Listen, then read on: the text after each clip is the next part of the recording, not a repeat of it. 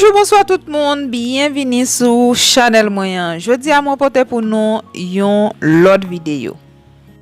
Moi viens parler nous de yon plante ou bien yon légume que nous souvent utiliser pour nous faire manger. Je pense légume ça tout le monde aime manger li. Mais jeudi à moi viens parler nous un peu de li qui quelque bien fait que li gagne non seulement à l'intérieur mais nous capable utiliser li tout à l'extérieur tant que sous peau nous ou bien dans cheveux nous. Eh bien légumes ça comme nous capable regarder dans image ensemble avec moi li c'est gombo. Nous souvent relé li kalalou mais vrai nom li c'est gombo. Kalaloua li c'est une plante qui sorti en Afrique. J'aime dire nous vrai nom li c'est gombo mais dans vidéo nous capable moi a dit kalalou parce que c'est avec kalaloua nous plus habitué mais vrai nom li ou capable relé li gombo ou bien yo relé li tout okra. Eh bien jodi a moi porter pour nous une recette comment nous capable utiliser li dans cheveux nous. Moi vais montrer nous comment nous capable préparer un miel avec li pour nous capable hydrater cheveux nous. Pour nous préparer miel ça, nous a besoin yon ti kalalou, nous a hygiéniser yo bien hygiéniser et puis après ça nous a couper ti parti en l'air. Et puis ensuite nous a raché kalalou. Nous raché li en rondelle. J'en nous capable regarder dans vidéo ensemble avec moi comment moi raché li. Mais yon l'autre bagay qui important toujours, nous connaît gen kalalou qui kon rek. Kalalou que nous a utiliser nous doit utiliser yon kalalou qui pas trop rek. Qui quelque façon nous capable connaît si kalalou a pas trop rek. C'est les nous casser pointe en bas nous li casser normal. Li pas gagner fil là dans li laisse ça nous a connaît kalalou li pas trop rek. Jean que nous capable garder là moins presque fin raché kalalou.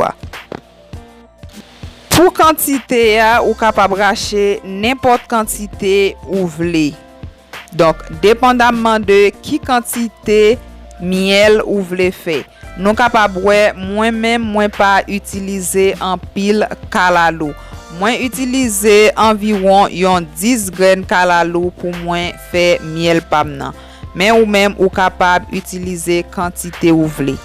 Konya là nous a besoin yon bocal qui propre pour nous capable mettre kalalou. OK moi a mettre kalalou mais moi pas mettre tout kalalou moi a mettre un peu là-dedans li. Et puis konya là moi pral utiliser sucre pour moi mettre là-dedans li. Ça que nous a regardé là, li c'est sucre blanc. Ou capable mettre n'importe sucre là-dedans li. Moi a mettre sucre là sous kalalou. J'en te dit nous gombo ali c'est une plante qui très bénéfique pour cheveux. C'est une plante qui très riche en antioxydants, li gen en pile vitamine.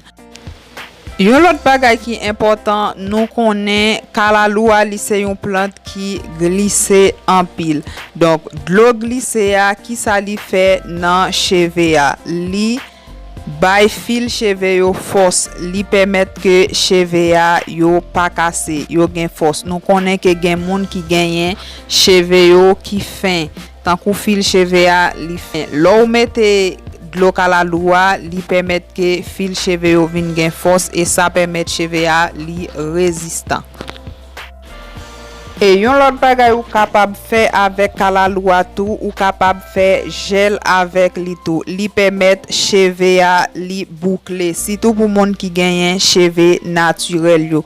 Nous capable utiliser li comme gel pour nous capable boucler cheveux nous.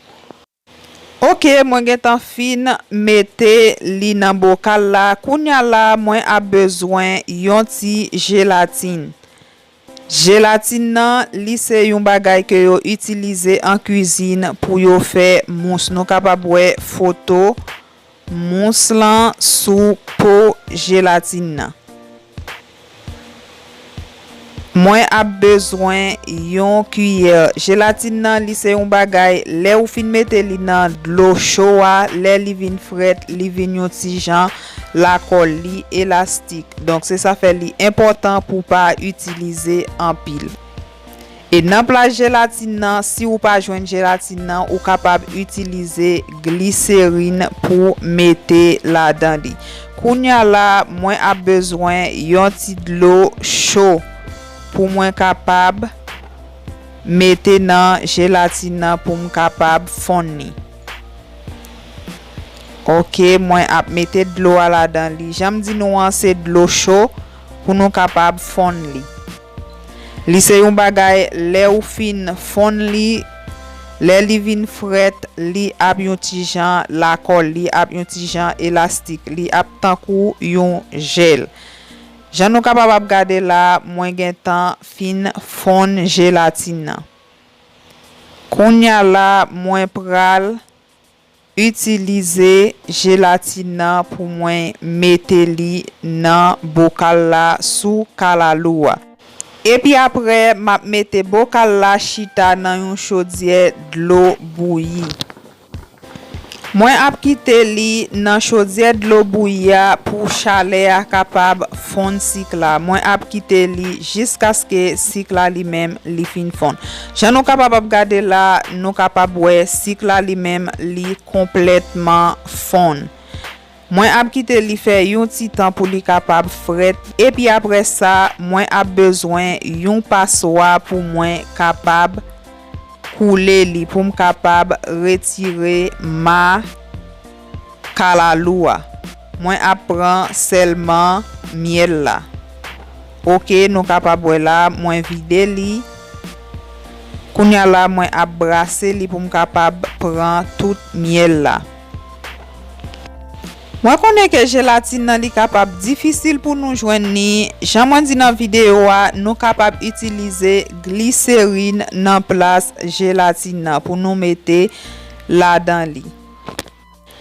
Et c'est ou miel qui ap bay cheveux nous en pile force li ap aider nan repousse yo, li ap aider cheveux à tout, le ou ap laver cheveux a, le ou ap démêler li pour cheveux a pas casser.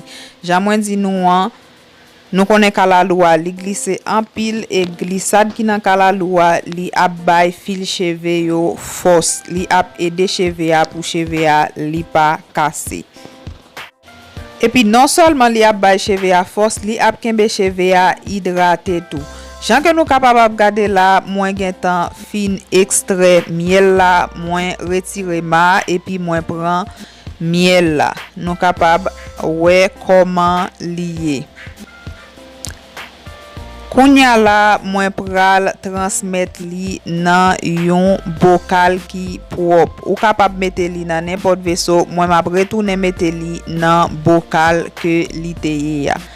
OK, mwen ap vide li nan bokal la.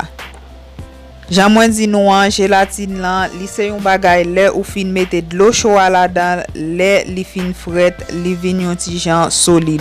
Donc c'est ça qui fait li important pour pas utiliser en pile gélatine. OK, nous capable la miel la li même li prêt. Pour application ou ap mette li nan shampoo que ou kon utiliser pour laver tête ou bientôt ou capable mette li nan crème que ou utiliser pour finaliser lavage là. Et puis ensuite ou capable utiliser li chaque 8 jours pour laver cheveux ou. J'aimerais dire nous c'est une recette qui très bon, qui très efficace qui a bay cheveux nou yo en pile force. C'est un plaisir pour me partager recette ensemble avec nous. Bye bye tout le monde. À la prochaine pour une autre vidéo.